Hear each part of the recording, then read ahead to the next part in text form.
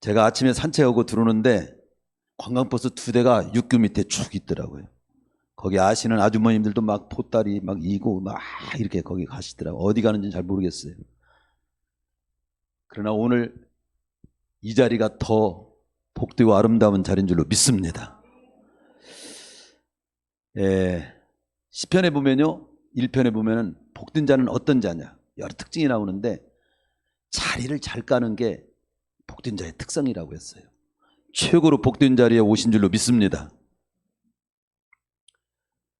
우리 인간이 꼭 알아야 할 3가지 사실이 있다는 걸 먼저 좀 말씀드리고 싶습니다. 그 첫 번째는 뭐냐면 인간은 죄인이라는 것을 알아야 돼요. 성경은 그걸 밝히고 있습니다. 두 번째는 성경에서 보여주는 두 번째 사건은 예수님께서 십자가의 죽으심으로 인간의 모든 죄를 담당해 주셨다는 거예요. 예수님의 십자가의 죽으심은 인간의 죄를 담당한 죽음이라는 거예요. 그걸 알고 깨닫는 것이 참 중요합니다. 그리고 세 번째는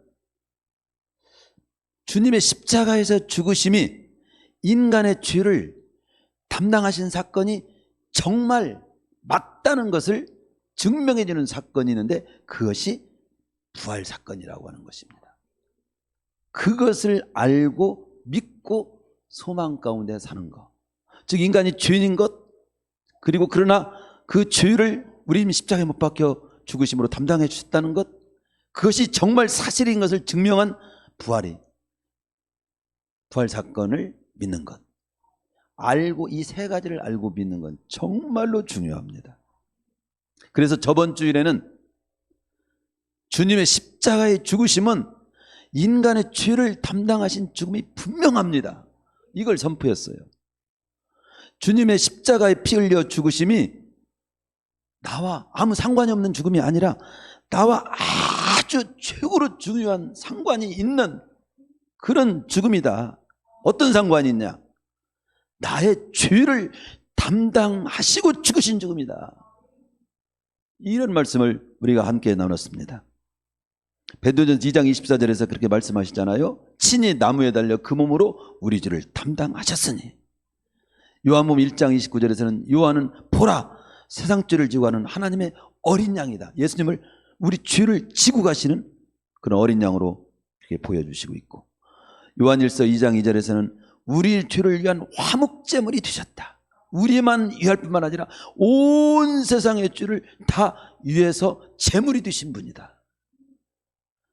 출애굽기 12장 13절에 보면 6월절 어린 양의 피를 바른 집은 그 당시 장자가 다 죽는데 6월절 어린 양의 피를 바른 집은 장자가 안 죽고 죽음이 그냥 넘어갔어요.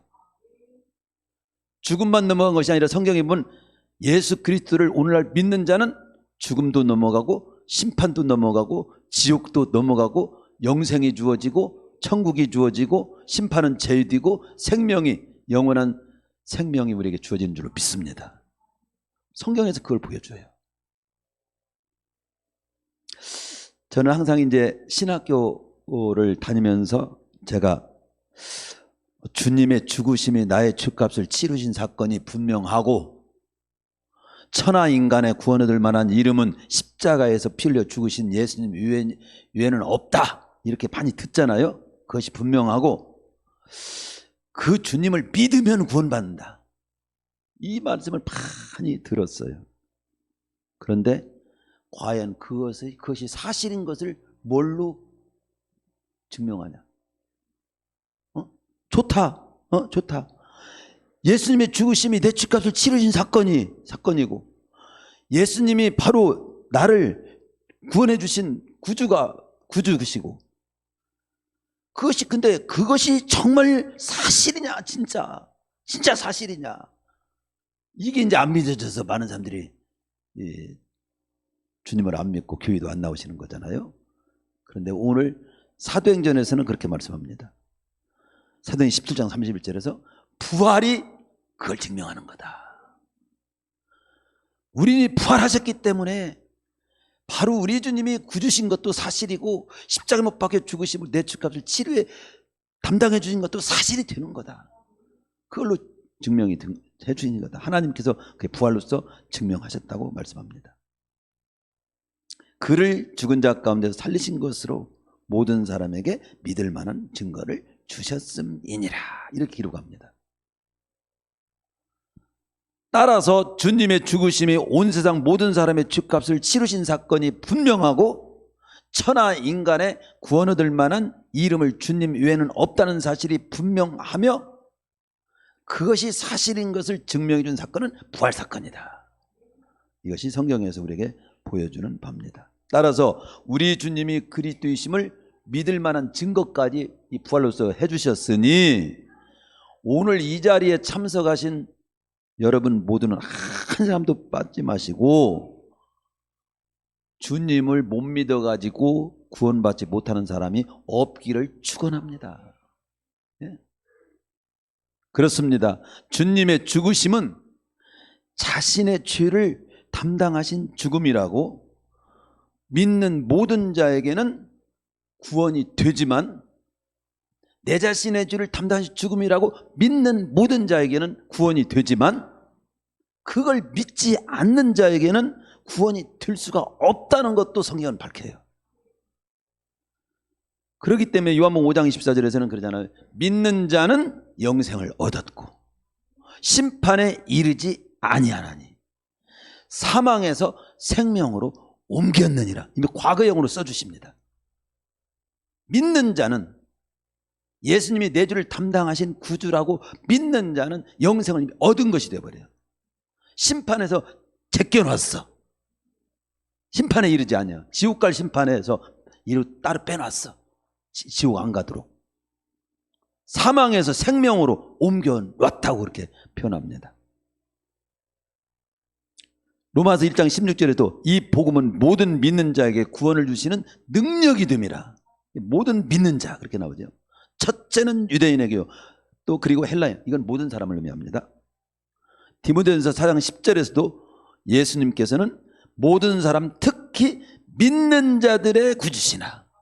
그러면 아무리 주님이 죽어주셨어도 안 믿는 자들에게는 구주가 못 되는 거예요.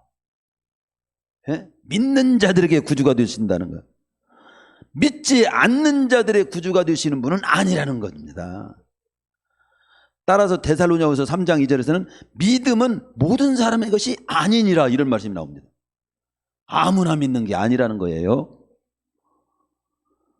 예수님의 그리스도심을 믿는 믿음이 여러분에게 있기를 축원합니다. 사실 여러분 부활하신 주님을 보면 믿을까요? 오늘 아침에요 부활의 현장에 관한 말씀을 마태복음 28장을 통해서 봤잖아요.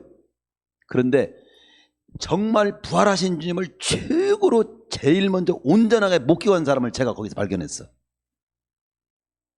그건 제자들도 아니야. 막달라 마리아와 마리아도 아니야. 마리아들 거기 갔었죠? 찾아갔죠 새벽에? 아니야. 누굴까요? 거기 파수했던 로마 병정들이에요. 밤새 걷고 지켰잖아요. 그러니까 무덤에서 나오신 우리 주님의 모습을 봤단 말이죠. 천사가 무덤을 그 입구 문을 돌을 옮긴 것도 다 봤을 거란 말이에요. 그런데 그들이 그 예수님을 믿었을까요? 내 같으면 믿었을 거. 아무리 로마 병정이라도 그 사실을 목격했으니까 믿을 것 같잖아요. 근데 그때 이들이 두려워 그 사실을 목격하고 대제사장들에게 보고를 합니다. 엄청난 일이 지금 벌어졌는데 우리가 지켰던 그 나사렛 예수가 진짜 생전에 살아난다고 한 대로 살아났는데 어떻게 하면 됩니까? 대제사장들이 어떻게 했어요? 그것을 덮으려고 많은 돈을 주어가지고 입 딱 오므리고 또 상관들에게 보고할 때도 우리가 잠깐 자는 사이에 제자들이 훔쳐갔다고 그렇게 말을 하고 입에 그 말을 물려줍니다. 그 성경에 그렇게 나오잖아요. 그러면 나 같으면 내가 로마 병장이라면 돈 받고 진짜 엄청난 기적 같은 놀라운 사실 내가 목격했는데 아니요 그건 그럴 수 없어요. 이건 진짜 사실이고 너무 놀라운 사실입니다. 돈 받고 이럴 일이 아니요. 나는 아니요. 이러고 주님 믿어야잖아. 그래야 맞잖아. 여러분 가면 그럴 거 아니야. 그러죠? 그런데 내가 성경을 보면서 깨달았어요. 안 믿을 사람은 기적을 보고도 안 믿는다. 부활하신 주님을 보고도 안 믿는다. 이들이 뭐라고나 마태복음 28장에 거기에 나옵니다. 돈 받고 그 대제사장들이 거짓말을 가르쳐준 그대로 그렇게 그대로 하고 주님은 안 믿었어요. 믿는 쪽으로 가지를 않았어요. 그 성경에 보면 또 사흘 만에 죽었는데 살아난 사람 있죠. 살아났던 사람 하나 있죠. 하고 다시 죽었지만 그게 누구요? 나사로입니다. 거기 나사로도 보면요, 요한복음에 보면 12장에 보면 그렇게 나옵니다. 거기에 보면 나사로 까닭에 나사로 죽었다가 살아난 나사로를 보려고 많은 사람들이 왔어요. 그리고 막 나도 예수 믿어야지. 죽으면 천국이 있고 예수님이 구주라는 걸 많은 사람이 나사로 까닭에 많은 사람이 믿었다고 나옵니다. 그런데요, 10절에 보면요, 믿은 사람만 있는 게 아니에요. 죽은 사람을, 그 나사로를 알고 보고도 대제사장들이 나사로까지 죽이려고 모의하니, 믿기는 그냥 오히려 죽이려고, 그걸 입을 틀어막으려고 하는 사람들도 있더라. 제가 깨달은 것이, 보고 깨달은 것이, 안 믿을 사람은 기적이 일어나도 안 믿고, 믿을 사람은 소문만 듣고도 믿어. 하나님 말씀만 보고도 믿어.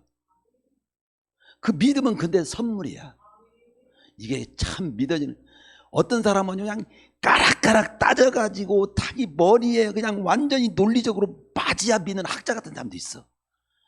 또 하나님은 그렇게도 믿게도 하셔. 근데 어떤 사람은, 우리 구레네 시몬 같은 경우는 주님 십자가 못 박혀 죽으시는 길을 구경으로 왔다가 덩치가 컸던 모양이야. 이리 와 딱 잡혀가지고 억지로 십자가를 지고 왔잖아. 근데 나중에 보니까 그 아들이 루프예요. 그의 어머니까지 나중에 예수님을 다 믿은 걸 보면, 끌려올 때는 억지로 어떻게 교회 끌려왔어도 믿는 사람은 믿는 걸 보면 하나님은 억지로도 오게 해가지고 믿게 하시는 것도 하나님의 방법 중에 하나구나. 믿을 사람은 억지로 왔다가도 믿고, 안 믿을 사람은 기적을 보고도 안 믿는데, 오늘날 여러분이 여기 앉아있는 것은 진짜 하나님의 은혜다, 축복이다, 이 말씀을 제가 드리고 싶은 거야. 진짜 그래요. 저는요, 말을 느리게 하는 사람입니다. 설교학, 제가 그 4학년 때 설교학 그 실습을 할 때 앞에서 한 번씩 해봅니다. 근데 말이 좀 느립니다. 지금도 느려. 그런데 제 마음은 여러분들에게 많은 말을 막 쏟아붓고 싶어. 막 그냥 이 말도 해주고 싶고 저 말도 해주고 싶고, 막 정말 흥분될 만큼 하나님의 말씀은 진짜 살아있어요. 너무도 귀한 거야. 오늘도 제가 더듬적거린 것 같아도 이해해 주시고, 무슨 말씀을 전해주시는가 잘 거기에 초점을 맞춰서 잘 들으시고 구원받고 진짜 사신 하나님을 말씀 속에서 만나시고 남은 생애를 갖다가 정말 후회 없이 제대로 복되는 길을 가실 수 있는 우리 성도님들 되시기를 축원합니다. 이건 서론적인 말씀 드렸고요. 오늘 본문 먼저 말씀드릴 것은 이 고린도 15장 전체가 제가 볼 때는 성경 66권 중에서 부활하신 주님을 가장 논리적으로 가장 잘 설명한, 표현한 말씀이라고 저는 이렇게 개인적으로 그렇게 생각이 되기 때문에 고린도 15장을 오늘 또 택했습니다. 그런데 이 고린도 15장은요, 어떤 배경하에서 이 말씀이 기록되었는가, 그걸 먼저 말씀을 드릴게요. 이 바울이요, 바울을 통해서 이 고린도 15장이 지금 기록이 됐는데, 어떤 배경에서 이 고린도전서 15장의 말씀을 이렇게 기록하고 우리에게까지 남겨주고 선포가 됐냐면요, 구약시대 이스라엘 백성들은 사람이 죽으면 이제 음부, 스울, 그렇게 표현되어 있습니다. 음부에 들어가. 거기까지만 희미하게 알고 있었어요. 믿음은 어딘가에 이제 가게 돼. 육신의 부활이라는 걸 구체적으로 그들이 잘 이해하지는 못했습니다. 회의적이었어요. 전도서 9장 4절과 5절을 참조하면 그렇습니다. 그리고 또 특히 그 유대교의 분파인 사두개인들이라고 있어요. 사두개파, 바리새파 이거든요. 근데 사두개인들은 영혼 불멸과 육체의 부활을 모두 부인했습니다. 안 믿었어요. 사도행전 23장 8절 보면 그렇게 기록합니다. 사두개인은 부활도 없고 천사도 없고 영도 없다 하고 바리새인은 다 있다 함이라. 바리새인은 천사도 믿고 부활도 믿고 그리고 영도 믿었어요. 근데 사두개파는 부활도 안 믿고 천사도 안 믿고 영도 안 믿고 현세주의자야. 불신자하고 별 차이가 없죠. 그러니까 사두개인들이 질문을 하거든요. 마태복음 22장에 보면요, 부활이 없다고 하는 사두개인들이 그날에 예수께 와서 물어가르되, 부활 때에는 한 여자가 7 남편을 데리고 그때 이제 이 유대교회는 그 큰아들이 이제 결혼을 해가지고 자식을 못 낳고 죽었어. 그러면 둘째 아들이 그 형수님하고 살아야 됩니다. 그리고 또 못 나면 그 다음 셋째가 살아요. 그렇게 7명이 그랬다는 거야. 이제 꾸며낸 얘기인지 사실인지는 모르겠습니다. 분명한 것은 한 여자가 7명인데, 한 여자가 7명 남자와 살았는데, 그리고 부활이 있다면, 부활 때는 그 여자가 참 남편은 누구요? 이러고 예수님께 아주 난감한 질문을 했어. 여러분이 한번 대답해 줘봐. 7명하고 다 한 사람이 누구 남편이요? 첫 번째 남편이 진짜 남편이요? 마지막 남편이 진짜 남편이요? 집에 가서 연구해 보시고. 그러나 우리 주님은 그렇게 말씀합니다. 너희가 성경도 하나님의 능력도 알지 못하는 거로 오해를 했구나. 부활 때는 장가도 아니가고 시집도 아니가고 하늘은 천사와 같다. 그런 말씀을 해주십니다. 즉 천사도, 우리 주님은 천사도, 분명한 것은 다른 얘기를 다 생략하고요, 그것도 깊은 많이 우리가 토론하고 나눌 내용이 있지만 시간 관계상 생략하고, 우리 주님은 분명히 부활이 있다. 부활 때는 네 남편 내 남편 이런 또 상황으로는 다른 세상이야. 그걸 분명히 얘기하고요, 천사도 인정하고 부활도 인정하고 우리 주님은 있다고 했고, 천사도 있고 영도 있고 내세도 있고 천국도 있음을 확실하게 말씀하셨습니다. 어쨌든 사두개인들은 부활도 없고 천사도 없고 영도 없다고 하는 이런 사람도 있었고, 또 구약의 이스라엘 백성들은 그 희미한 생각을 하고 있었고, 헬라인들은 영혼 불멸을 믿었어요. 즉 하나님을 안 믿었어도 여기 이집트 같은 데 이제 여행을 가보면 스핑크스, 그 막 엄청난 무덤을 막 만들어 놓고 그 영혼이 또 다시 살아날 것을 막연히 생각을 하고 영혼 불멸을 믿었습니다. 근데 육신의 부활은 이 헬라인 같은 경우는 믿지 않았어요. 영혼은 영원한 그 세계를 사는 영혼 불멸은 있다. 그러나 육신이 부활한 나는 없다. 믿지 않았습니다. 따라서 그들에게 영생이라고 하는 것은 육신을 버리고 영혼의 상태로 그냥 천국 가는 거, 이렇게 믿었어요. 오늘날도 기독교도 그런 사람이 있잖아요. 이런 유대기와 헬라 문화의 영향을 많이 받은 고린도 교회는 이 복잡한 내용들로 뒤엉켜 있었던 겁니다. 이런 자들에게 분명하게 이걸 알려줄 필요가 있었던 겁니다. 그래서 육신의 부활을 부인하는 것은 예수님의 부활 사건을 부인하는 것이 되고, 예수님의 부활 사건과 육신의 부활 사건을 부인하는 것은 복음의 진리와 신앙의 근본을 부정하는 것이라고 판단이 된 겁니다. 지적하면서 참된 부활의 의미와 신앙은 어떤 것인에 대해서 잘 가르쳐 줘야 되겠구나, 알려줘야 되겠구나 해서 고린도 15장이 기록이 된 거예요. 그러니까 고린도 15장을 보면 이 부활 문제, 내세 문제, 영생 문제, 천사 문제, 이런 문제 다 해결이 되는 거예요. 재림 문제까지 해결돼요. 저는 이 설교 하나만 택하라면 고린도 15장을 택하겠어요. 이 고린도 15장만 저는 믿어도 평생 믿고 살겠어요. 그만큼 여기에는 중요한 내용이 다 들어있습니다. 그러면 고린도 15장이 무슨 내용이 있습니까? 1절에서 11절은 그겁니다. 11절 중에 이렇게 바울은 이런 얘기를 합니다. 예수님께서 성경대로 부활하셨습니다. 부활은 한마디로 우연한 사건이 아닙니다. 예언의 성취고, 즉 하나님의 계획입니다. 하나님이 계획된 그런 계획에 의해서 이 부활이 있는 겁니다. 그렇게 말하고 있습니다. 3절에 보면 고린도 15장 3절로 봉독을 제가 시간 관계상 전체를 봉독하지 않고 12절부터 하라고 했는데 원래 본문은 1절부터입니다.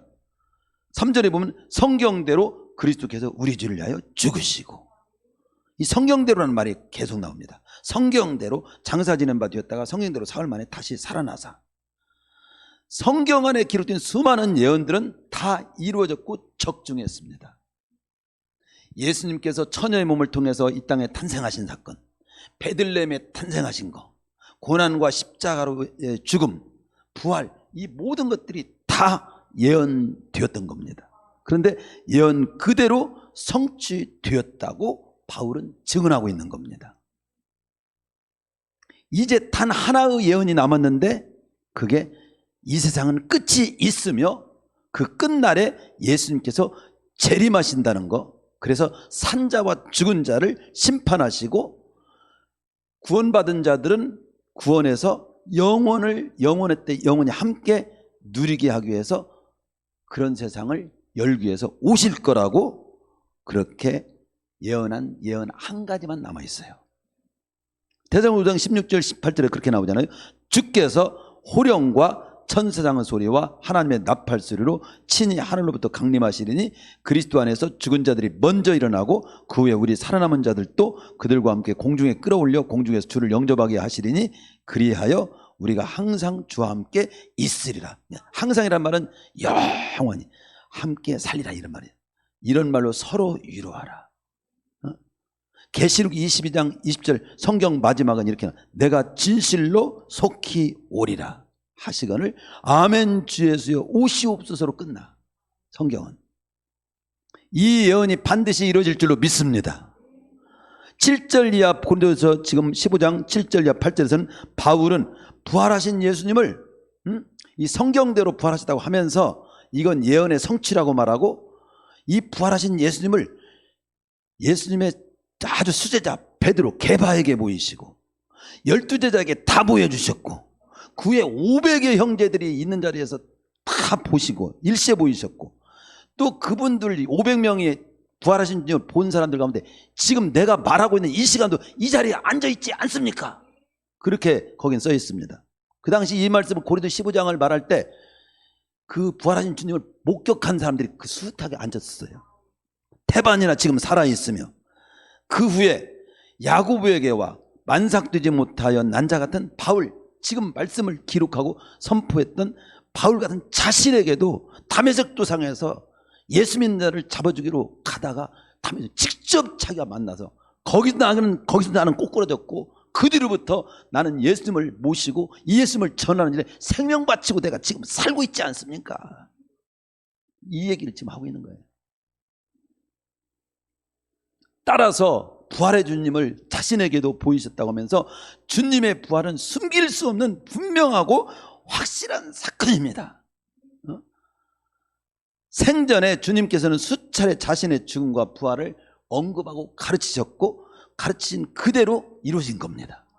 이게 바울은 그런 말씀을 하고 있는 거예요. 주님은 분명히 부활하셨고 우리도 주님처럼 분명히 부활합니다. 부활합니다.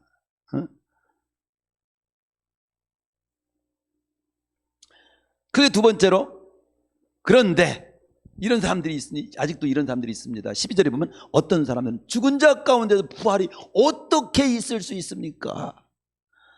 그런 말을 합니다. 과연 지금도 그래. 과연 부활이 있을까? 과연 내세 천국이 있을까? 과연 영혼이 있는 걸까? 죽으면 끝나는 거 아니야? 이러고 사는 사람들이 이제 안 믿는 사람들이야. 다 거의 대부분. 그래요 안 그래요? 지금도 이 질문, 어떤 사람들은 죽은 다음에 부활이 어떻게 있을 수 있어? 천국이 있을까? 있는 거 있긴 있는 거 좋게 살다가 갔으면 좋겠지. 확실히 믿지는 않으면서 그냥 나는 있을 것도 같기도 해요. 뭐 이러면서 살지요. 많은 사람들이 과연 부활이 있을까? 과연 내세가 있을까? 과연 천국이 있을까? 그것을 많은 사람들이 아직도 그러고 있습니다. 그 문제를 바울이 거기에 대한 답이 나옵니다. 이렇게 돼. 그런 사람들에서 만약 부활이 없다면 우리 주님이 어떻게 다시 살아겠습니까? 우리 주님이 다시 살았다는 자체가 부활이 있잖아요. 만약에 주님의 부활이 없다면 제가 버금을 물고 전파하는 이 모든 말씀, 복음 다 헛것이 될 겁니다. 우리 믿는 믿음도 헛것이 될 겁니다. 나를 구원하시기 위해서 예수님이 천의 몸을 통해서 베들레헴에 오셨고 십자가에 못 박혀 죽으셨고 내 대신 내 뒤를 담당했다는 모든 것이 다 거짓말이 될 겁니다. 헛것이 될 겁니다. 가장 강한 부정은 가장 강한 긍정이에요. 근데 우리는 헛것이 아니다 이겁니다. 헛것이 아니다. 그리스도께서 만약에 다시 사신 것이 없으면 우리 믿음도 헛것이 될 거고 우리는 여전히 죄 문제는 해결 안 된 상태에 있을 것이며 주님 믿고 죽은 자는 진짜 바보 억울한 인간이 될 겁니다. 근데 우리는 바보가 아니에요. 억울한 인간이 아니에요. 진짜 우리 죄 문제가 해결이 되는 거예요. 구원이 분명히 있는 거예요. 그리고 천국 정말 가는 겁니다. 영혼이 있어요. 내세가 있습니다. 막 이렇게 지금 말하고 있는 겁니다.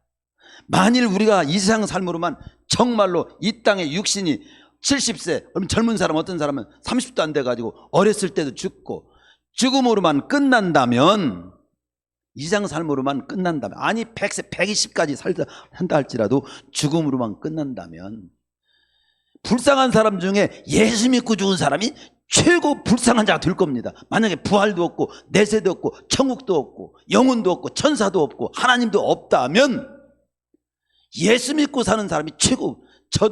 제가 신학 공부하면서 만약에 하나님도 안 계시고 그냥 종교에 그냥 내 취미 삼아서 어느 종교는 하나 나는 아무 종교 택하지도 않아요. 걸리적거려요. 알기만 하면 나는 내가 그 즉시로 신학교를 뛰쳐나올 것이라고 나는 결심했어요.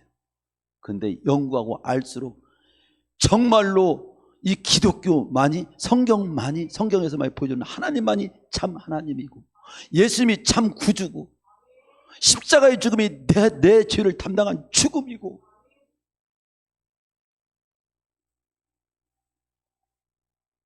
그래서 떠날 수 없어요. 떠날 수 없어요. 목회하면서 밑바닥까지 굶는 지경까지도 하고 죽을 지경까지 가도 아니 죽음이 와도 그 주님을 버릴 수 없어요. 그리고 이 목사의 길 사명을 주신 그 주님을 떠나서 다른 직업으로 갈 수가 없었어요. 지금 37년째 제가 이 작은 교회에서 목회를 하는 힘도 우리 주님이 정말 부활하시고 우리 주님이 정말 구주 되시고 영생도 분명히 있고 천국도 있고 나는 언제 죽어도 마음 놓고 가면 주님이 예비하신 그 나라를 소망하기 때문에 그렇습니다.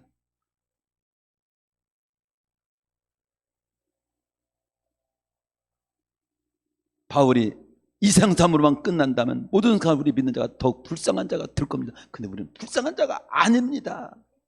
최고 복된 자예요. 이 얘기를 지금 뜨겁게 저보다 더 뜨겁게 선포하고 있었을 거예요. 고린도서 5장에서 그러잖아요.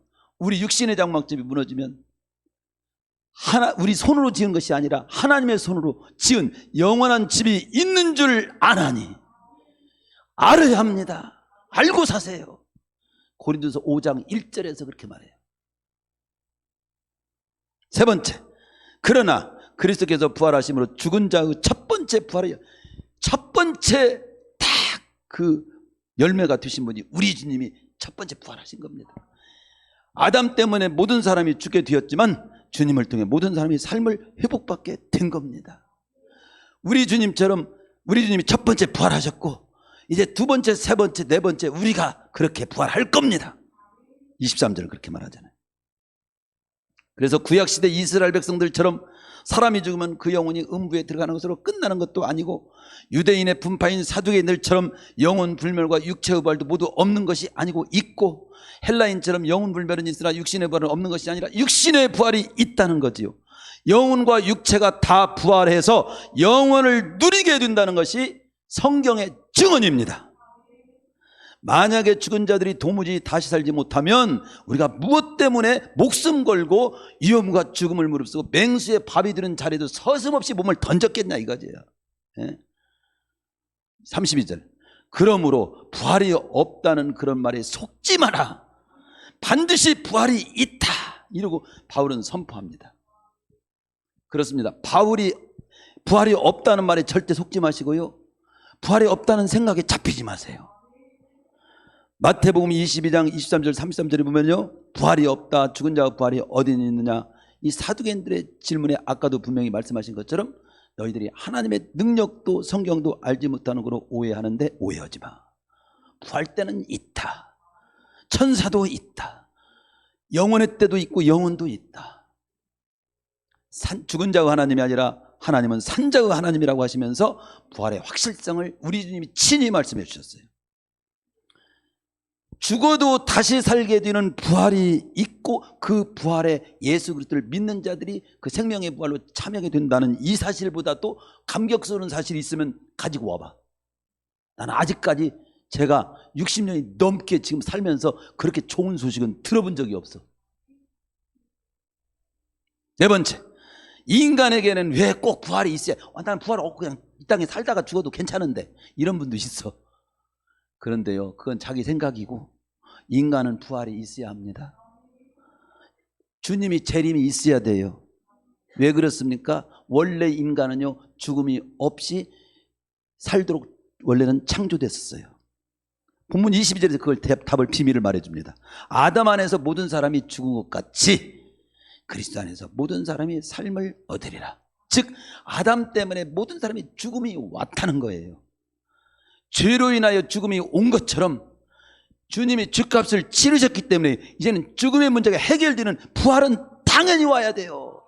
당연히 와야 돼요. 당연히 회복돼야 돼요. 이겁니다. 인간을 하나님이 태초에 창조하셨을 때는 죽음도 없었고 심판도 지옥도 인간에게 해당되지 않은 상태였다고 성경은 보여줍니다. 그러나 사단의 꾀임에 타락했고 이로써 인간에게는 죽음과 심판과 지옥의 형벌이 주어졌다고.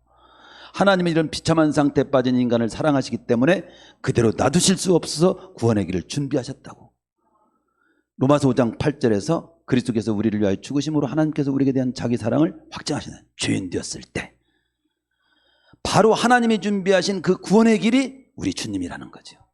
우리 주님께서 인간의 몸으로 이 땅에 오셔서 인간의 죗값을 치시고 십자가에 못 박혀 죽게 된 사건이라고 성경은 친히 말씀하고 있는데, 대표적으로 베드로전서 2장 24절에 보면 신이 나무에 달려 그 몸으로 우리 죄를 담당하셨으니 이는 우리로 죄에 대하여 죽고 의에 대하여 살게 하려 하심이라. 이 주님을 통해서 인간은 부활하신 주님의 몸처럼 신령한 몸으로 온전한 상태로 회복된다고 말씀하고 있는 겁니다. 고린도 15장 여기 44절에 보면 육의 몸으로 심고 신령한 몸으로 다시 살아나니 육의 몸이 있은즉 또 영의 몸도 있느니라. 근데 궁금한 것이 있습니다. 그 부활 때 어느 때 부활돼요? 나 빨리 부활하고 싶어요. 조급해하지 뭐. 살을 때 살으라고 하니 여한없이 살아. 맘 놓고 살아. 다 부활할 때는 부활하니까. 그런데 성경에서는 그렇게 말합니다. 51절에 어느 때 부활한다고. 51절 보세요. 어느 때 부활한다고 나오는가. 우리가 부활할 때.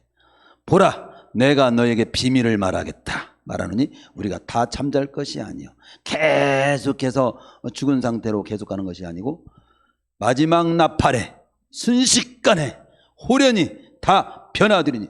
저는 이때가 막 엄청난 막 놀라운 사건들이 일어나는 최후의 이 지구 종말에 있을 사건이 이 사건이에요. 이 51절 말씀 마지막 나팔에. 아이고 마지막 나팔이 뭐예요? 마지막 나팔은요, 제가 구체적으로 설명하기는 시간이 부족하니까 한마디로 표현하면 우리 주님 재림 때입니다. 우리 주님이 다시 재림하실 때예요. 종말의 때입니다. 이 마지막 재림 때 바로 순식간에 호련히 순식간에 변화가 되어버려. 죽은 자들이 썩지 않은 몸으로 다시 살고 51절 52절 그때 죽지 않은 자는 산채로 변화되는 거예요. 그때까지 살아남으시기 바랍니다. 살아남을 수만 있다면. 그러면 죽음도 맛보지 않고 그냥 변화가 돼버려. 근데 죽음도 맛보는 것도 괜찮은 거야. 죽음 맛봤다가 다시 살아나는 거나 죽음 맛보지 않고 그냥 산채로 변화되는 거나. 여러분은 날마다 죽음을 맛보는 거 비슷한 것이 잠이에요. 잠. 여러분 잠잘 때 막 이렇게 딱 하다가 잠자고 또 살아났잖아요. 그러구나. 계속 잠 안 자고 가는 거.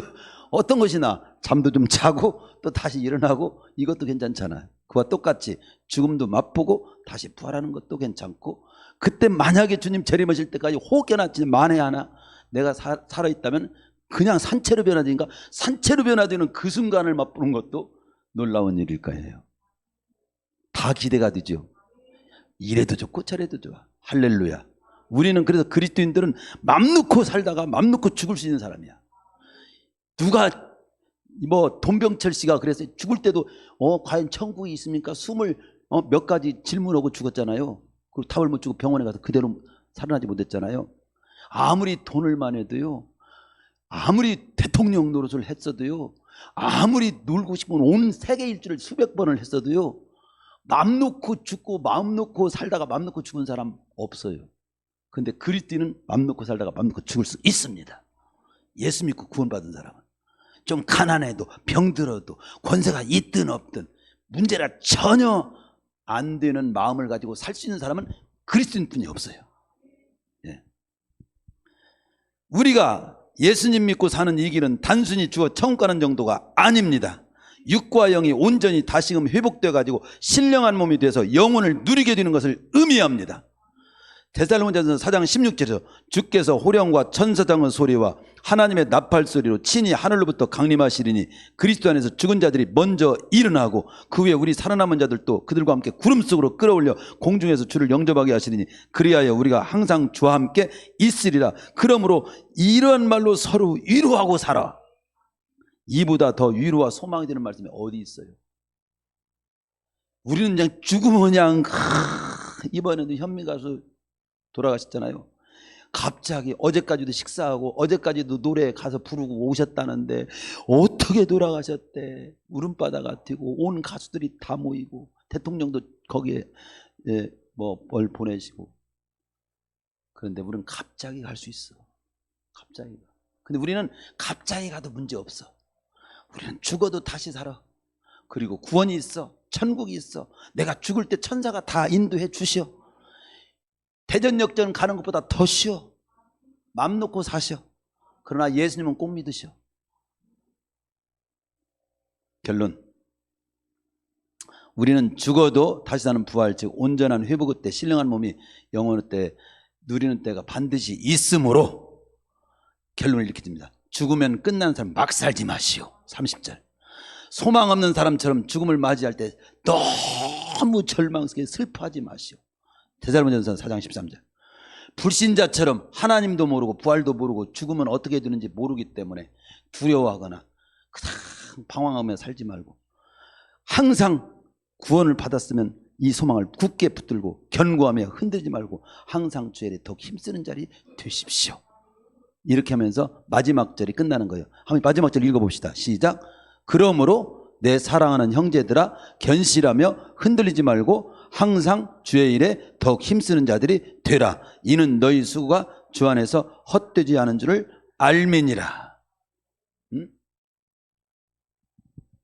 말씀을 딱 간단하게 요약해서 마무리 짓게요.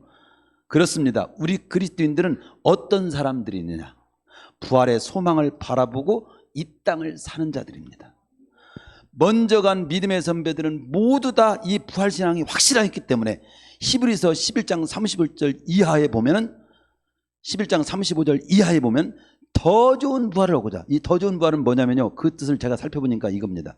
그러면 더 안 좋은 부활이 있나? 더 안 좋은 부활이 부분적인 부활이 있었어요. 이 땅에 나사로가 살았다가 죽었잖아요. 부분적 부활입니다. 나인성 과부가 외아들이 죽었는데 살려줬잖아요. 또 죽었습니다. 이건 부분적 부활입니다. 그러나 더 좋은 부활은 우리는 부활하면 영원히 죽지 않는 부활이야. 그게 더 좋은 부활입니다. 이 더 좋은 부활을 사모하고 확신하고 얻고자 하는 믿음의 선비들은 어떻게 살았냐? 악형을 받을지라도 구차히 면하려 하지 않았다. 희롱과 채찍과 결박과 옥에 갇히는 시험을 가지고 믿음을 포기하게 만들어도 그냥 달게 받고 믿음을 지켰다. 양과 염소 가죽을 입고 아멜과 토굴에 유리하며 살아도 낙심하지 않았다. 돌로 쳐 죽이고 톱으로 몸을 키우고 칼로 죽이는 경우를 만나도 절망과 두려워하지 않고 그대로 순교의 길을 갔다. 이는 왜 그랬냐? 하나님으로부터 장차 회복받을 몸은 더욱 좋은 신령한 몸으로 회복받아서 지금의 삶과는 비교가 안 되는 영원한 삶을 살 때가 반드시 있으리라는 부활과 영생을 확신했기 때문이다. 그래서 제자들 모두 하나같이 그냥 기꺼이 순교했고, 그리고 계시록 21장에 보면 신령한 몸으로 영원을 살 세계가 소개되면서 성경은 맞춰지는데, 새하늘 새 땅을 보니 처음 하늘과 처음 땅이 없어졌고 모든 눈물을 그 눈에서 씻기심에 다시 사망이 없고 애통하는 것이나 곡하는 것이나 아픈 것이 다시 있지 않는 세상이 올 것인데, 처음 그들은 다 지나가고 그 세상이 우리를 기다리고 있다는 것으로 성경은 끝나고 있으니, 이 성경이 여러분 최고의 가부요.